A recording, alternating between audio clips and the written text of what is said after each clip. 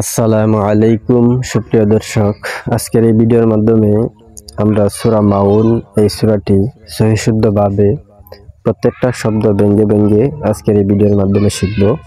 কোথায় কি উচ্চারণ হবে, কোথায় কয় আলিফ টান হবে এবং কোথায় কি গুণনা হবে সবকিছু আজকের এই ভিডিওর মাধ্যমে ভেঙে ভেঙে বলে দিব ইনশাআল্লাহ। তো সুপ্রিয় দর্শক, চলুন আমরা ভিডিওটি শুরু করি। أعوذ بالله من الشيطان الرجيم بسم الله الرحمن الرحيم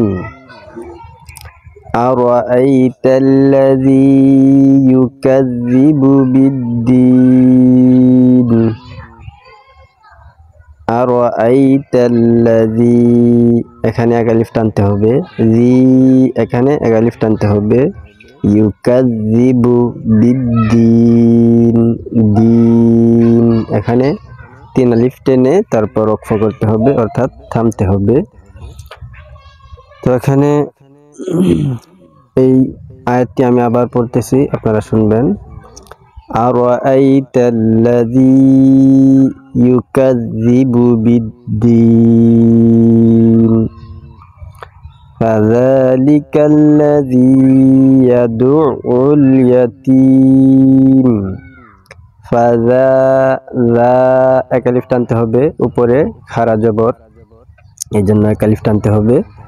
লিকাল্লাযী এখানে এক আলিফ টানতে হবে, জেরের বাম পাশে জজমওয়ালা ইয়া মাদের হরফ, এই জন্য এক আলিফ টানতে হবে।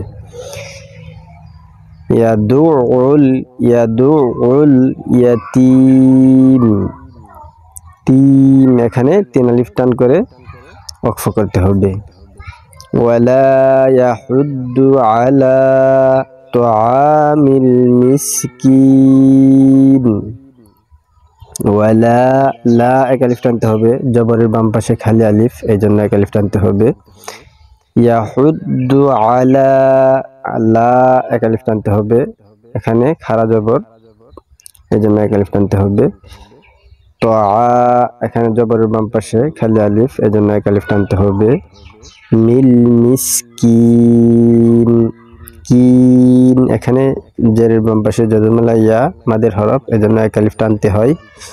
এখানে ওকফ হওয়ার কারণে তিন আলিফ টানতে হবে, এইভাবে কিন। এখানে প্রত্যেকটি এভাবে তিন আলিফ টানার কারণ হলো ওকফ হওয়ার কারণে তিন আলিফ টানতে হবে, আর নইলে এক আলিফ টানলেই হইতো।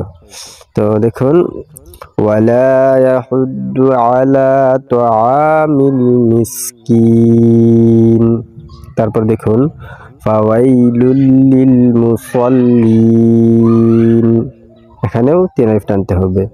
আল্লাযী এখানে এক আলিফ, জি এক আলিফ, জেরের বাম পাশে জজমওয়ালা ইয়া মাদের হরফ। আল্লাযীনা হুম আন সালাতিহিম সাহুন, এখানে আং গুন্না হবে, ইকফার গুন্না, নুন সাকিনের পরে ইকফার হরফ সোয়াদ আসছে, এই জন্য এখানে এক আলিফ এখানে গুন্না করতে হবে। আং নাকের ভিতর লুকায়া, আং সালাতিহিম সাহুন। আল্লাযীনা হুম আন সালাতিহিম সাহুন। আল্লাযীনা হুম ইউরাউন, এখানে আল্লাযী এক আলিফ টানতে হবে, ইউরা এখানে চার আলিফ টানতে হবে, মাদের হরফের উপর মোটা চিহ্ন, এই জন্য এখানে চার আলিফ টানতে হবে। মাদের হরফের উপরে মোটা চিহ্ন হইলে চার আলিফ টেনে পড়তে হবে। আর এখানে পেশের বাম পাশে জজমওয়ালা ওয়াও এক আলিফ টানতে হবে, ওকফ করলে তিন আলিফ টানতে হবে। তো আমরা শব্দটি এভাবে পড়ব, আল্লাযীনা হুম ইউরাউন ওয়া ইয়ামনাউনাল মাউন। সুপ্রিয় দর্শক, ভিডিওটি পর্যন্তই। আসসালামু আলাইকুম ওয়া রাহমাতুল্লাহি ওয়া বারাকাতুহু।